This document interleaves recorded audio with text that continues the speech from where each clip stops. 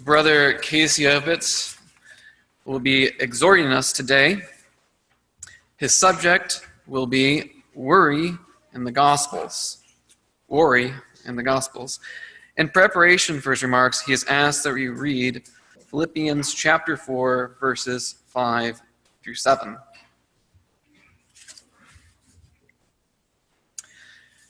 And it reads, "Let your moderation be known unto men, the Lord is at hand.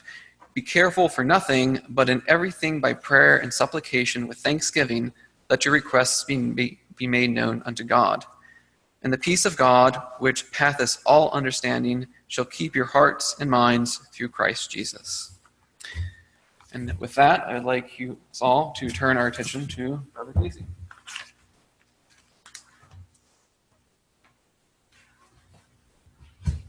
Morning. The NIV says, "Do not be anxious about anything, but in every situation by prayer and petition with thanksgiving present your requests to God, and the peace of God, which transcends all understanding, will guard your hearts and your minds in Christ Jesus." Paul tells us not to worry about anything. Honestly, how do you react to these verses? Like, yep, you got it, Paul. I'm on it. The way Paul phrases it, it almost comes across like a command. Don't worry. Instead, pray about it, being thankful for the things you do have. And if you do, then you'll have peace. But who here can say they have no worries?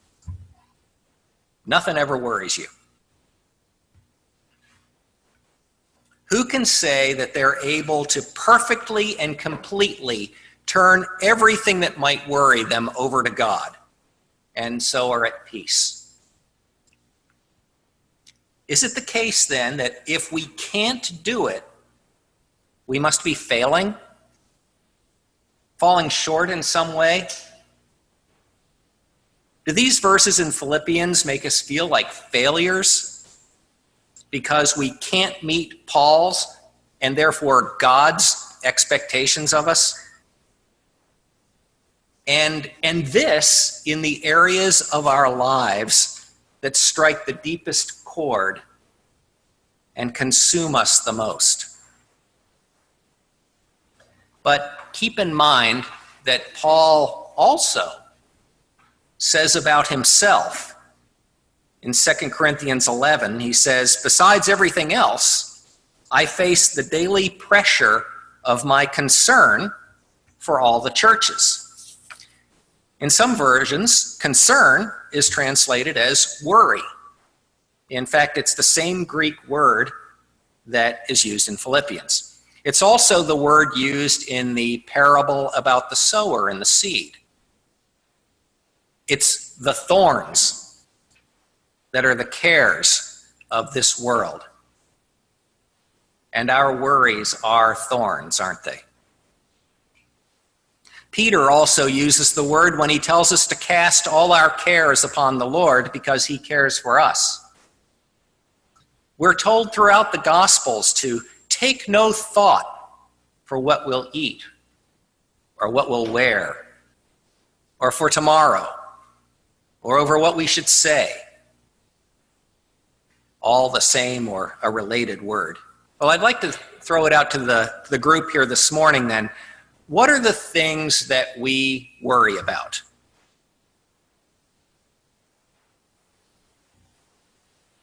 Okay, good. Somebody said something. Money. Okay. What else? Health. Yep.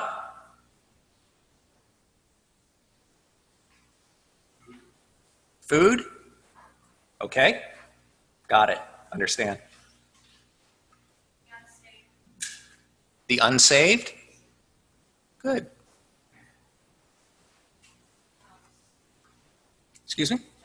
Jobs? Yep. What you got, Silas? School? You worry about school?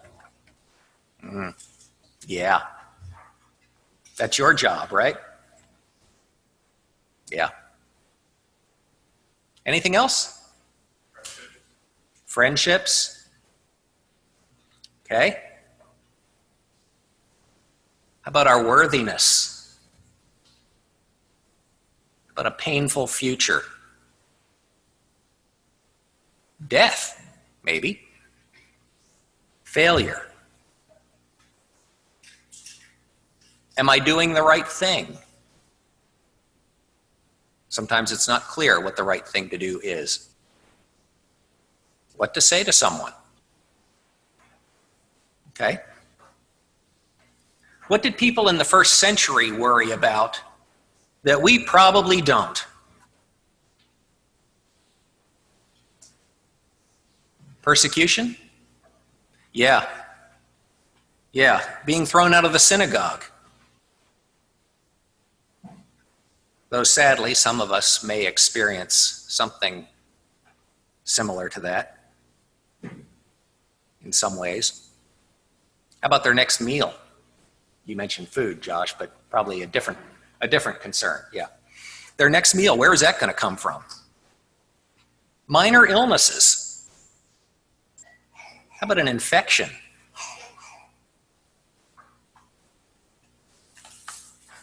Did Jesus himself worry about anything? We'll leave that subject. Brother Greg has asked me to teach at OCBC this summer, and coincidental to that, I had begun reading the Gospels chronologically using a Bible that puts the parallel accounts side by side. It's really helpful. So I thought while I was beginning this study that I would look for examples of worry or fear in the Gospels. So this talk this morning is kind of a teaser for Bible school. Becky wanted me to say that it's like a movie trailer coming soon to a Bible school near you. Yeah.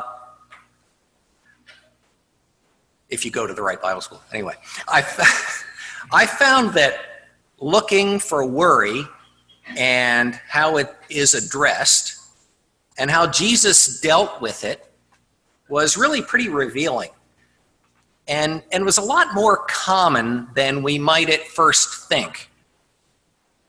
There's the explicit reference to worry when Jesus talks about the lilies and the sparrows. Those are challenging words for us. But I believe every cause for worry that we just mentioned is also addressed in the Gospels. Without diving into them specifically, I'd like to spend a moment to call attention to what I've seen so far. In some cases, it doesn't specifically say that the person involved was afraid or worried about anything, but I think it's strongly implied. They would not be human if they were not worried. And it's so easy for us to read these gospel accounts and miss the human emotion, the anguish, the deep concern, because we're so familiar with the stories and because the writers don't dwell on it. The Bible isn't written like a novel that describes how everyone is feeling and how all the human interaction and interplay. It's left for us to fill in the humanity, to paint the picture of what was really happening. And we would do well to place ourselves in each situation, in each gospel story, and meditate on how, if this were me, what state would I be in? So, just working through chronologically, because that seemed reasonable based on what I'm doing, we'll just look at some examples of where worry is part of the story. 40 days after Jesus' birth, the family went to Jerusalem for his dedication and Mary's purification. At that time, the old man Simeon was there, and it had been revealed to him that he would not die before he saw the Messiah. In the midst of a beautiful blessing, he said to Mary, "A sword will pierce your heart also." Imagine if you were told that about yourself and your own child. That something about your child, and with no specificity at all, just something about your child when he or she grew would cause you the worst possible pain. And you know that from when the baby's a month old.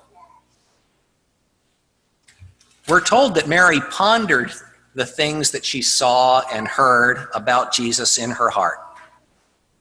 This heart that would be pierced. Did she worry? How could she not? Maybe daily, for 33 years. And this was Mary, who was blessed above all women. Then, when Jesus was still very young and the family was living in Egypt, we're told in Matthew 2, starting at verse 19, after Herod died, an angel of the Lord appeared in a dream to Joseph in Egypt and said, "Get up, take the child and his mother and go to the land of Israel, for those who were trying to take the child's life are dead." So he got up, took the child and his mother, and went to the land of Israel.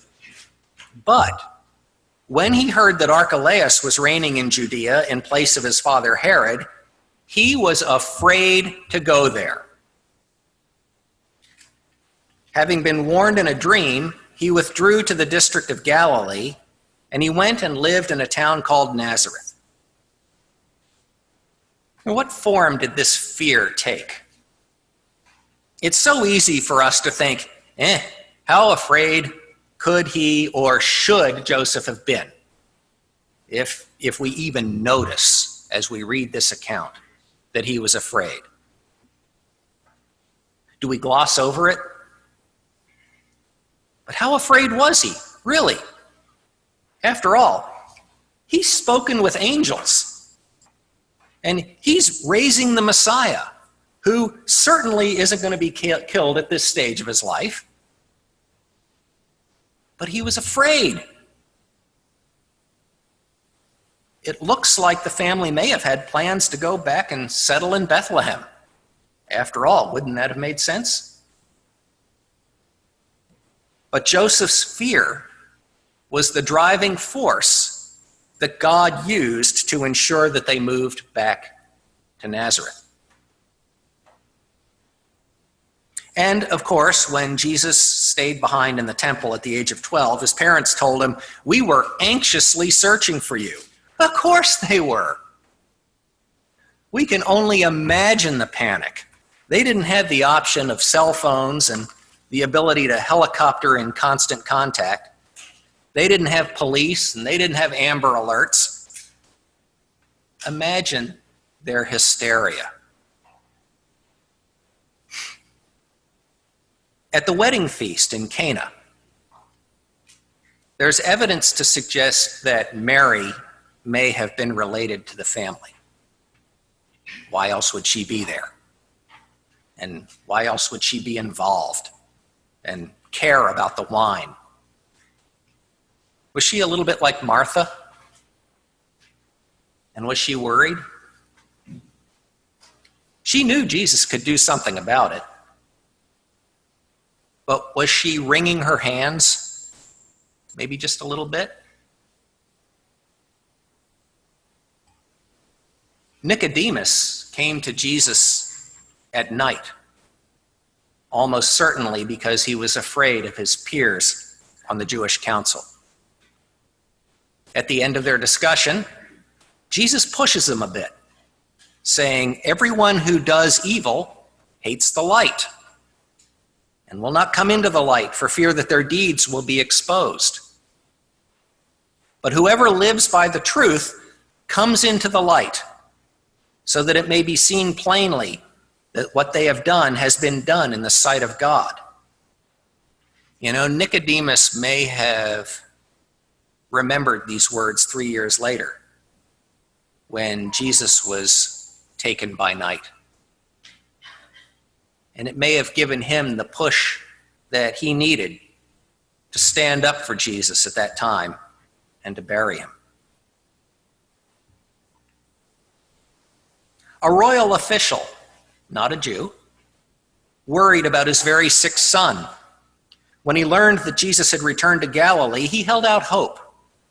And he went to Jesus and begged Jesus to come heal him. He then took Jesus at his word that his son would live, and he started home. And it was a full day later when he met his servants on the way, and he learned that it was true. This is one of those stories we know, and the emotions aren't spelled out at all. But if we stop for a moment, we can imagine. We can put ourselves in his place, and we can imagine. Jesus was teaching in Galilee. Peter had just come in from fishing, but with no luck. Jesus instructs him to take the boat out and try again. And Peter said, essentially, it ain't going to work. But, I'm a fisherman, and you're a carpenter. It isn't going to work. But because you're the one asking, I'll do it. He ends up with an enormous catch of fish, and Peter's response is, "Go away from me, Lord. I am a sinful man."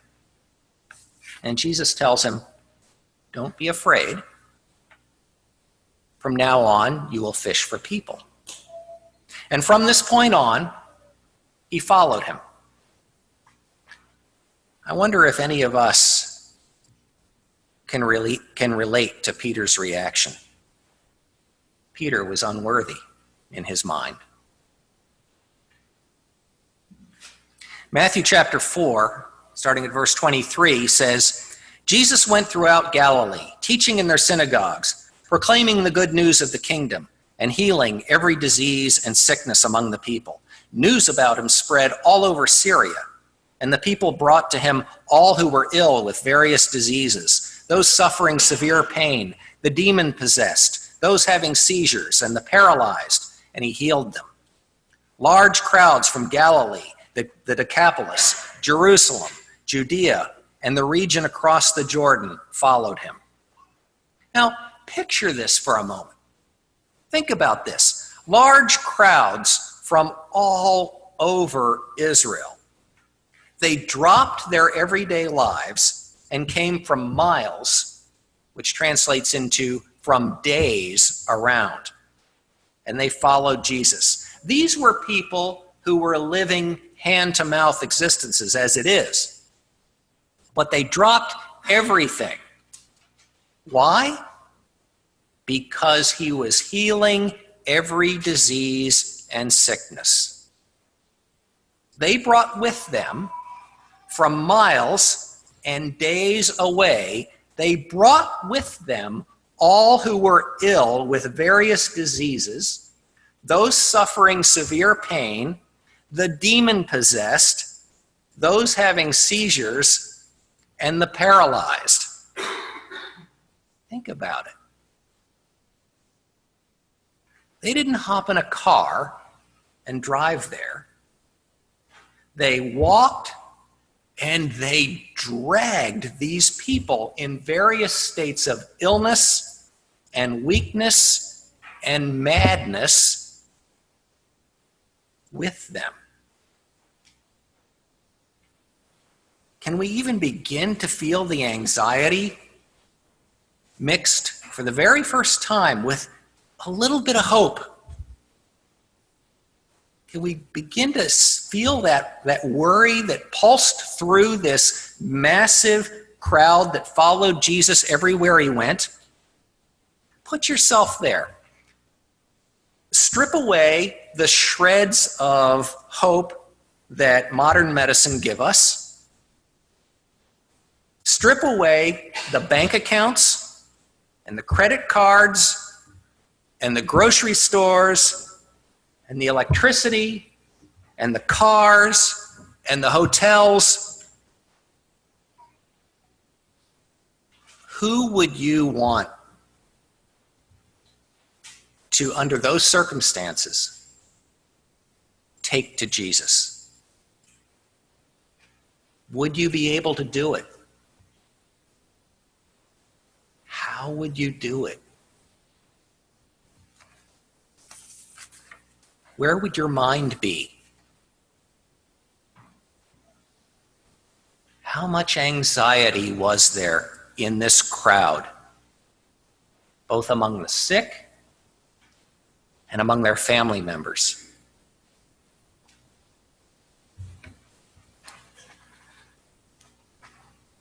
We're told that because Jesus was healing on the Sabbath, the Jewish leaders began to persecute him. These increasingly bold and vicious attacks may not have caused Jesus to worry for himself. But remember, there were at least 12 men with him, maybe more when you consider the women who traveled with them also, and the crowds. How did these attacks on their teacher affect them? I don't think there's any question they had cause to worry.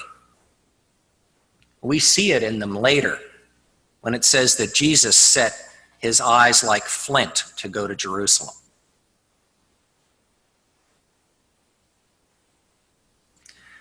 The centurion, whose servant was sick, said to Jesus, "Lord, I do not deserve to have you come under my roof, but just say the word and my servant will be healed." So here we have a case of someone, again, not a Jew, with incredible faith. And we tend to focus on that. But for some reason, he also felt unworthy. He said he didn't deserve to have Jesus come to his house. Can we have that same concern? Did this man ever learn to have confidence?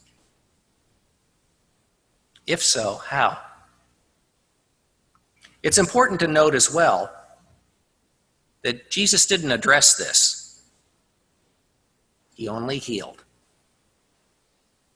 We can say the same for the Syrophoenician woman who followed Jesus and begged him, so much so that his disciples wanted Jesus to just send her away. Can you imagine? What were the circumstances like that the 12 could be so hardened to her? Said, Jesus, just send her away. I can't take it anymore. She was relentless.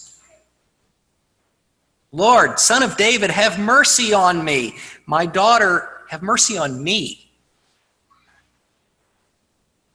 My daughter is demon-possessed and suffering terribly.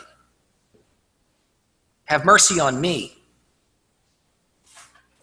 What do you think? Was she worried? We could go on about the worries of John the Baptist's disciples, Jesus' family's worries, the disciples during the storm on Galilee when Jesus slept, the other time on the lake when they thought Jesus was a ghost, of all things. Peter's likely fear when he told Jesus to stop thinking he was going to die. The fear of the people when they saw Legion healed and their livelihoods gone. The woman with the issue of blood, her, as it says, trembling fear mixed with faith. The repeated description of the disciples' fear at the Transfiguration.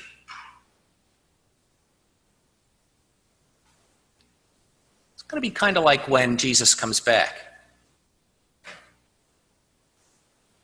We picture ourselves when that happens and how we'll be, how we'll react to that.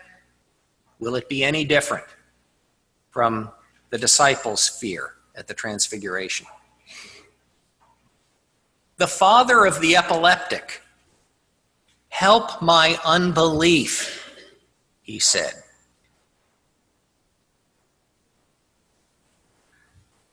The disciples' lack of understanding and fear to ask Jesus to explain when he predicts his death over and over and over again.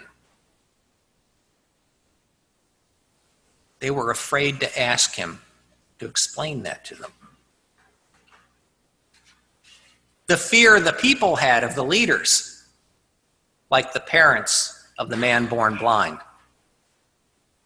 And conversely, the fear that the leaders had of the people. The very imaginable fear and shame of the woman caught in adultery as they hovered over her and argued. Martha's worries. Even Jesus, I think, possibly had anxieties about what he knew was coming. Days, months, even years before, even years down the road. When he tells his disciples on at least 2 occasions not to fear the Pharisees and death, not to fear those who can kill the body, and not to worry about what to say when the time came, was he talking to himself as much as he was talking to them? I think he was. Jesus did tell the crowds about the lilies and the sparrows, and he does occasionally say, "Oh, you of little faith." But given the amount of worry and anxiety that he dealt with on a daily and hourly basis, I think he actually reproves and scolds remarkably little. When he says, "Oh, you of little faith," I wonder what his tone was. I don't naturally read it this way, but he may have actually used a very gentle tone, which casts it in a completely different light. We know that Jesus had limitless compassion. So wouldn't it make sense that he said, "Oh, you of little faith," gently? Not as a rebuke, not as if to say, "Ugh, what's the matter with you?" Which is how I naturally read it. You know, the more I think about it, the less I think that's right. We know Jesus had limitless compassion. And he still does. He still does. He knows we have little faith. He may not interact with us today as he did then, but his compassion is the same. His understanding of how our minds work and the depth of our anxieties is the same. His timing may be different today, but his compassion is the same. He may not address our worries immediately today, but he will. He will bring justice and righteousness and healing and peace. Thank you.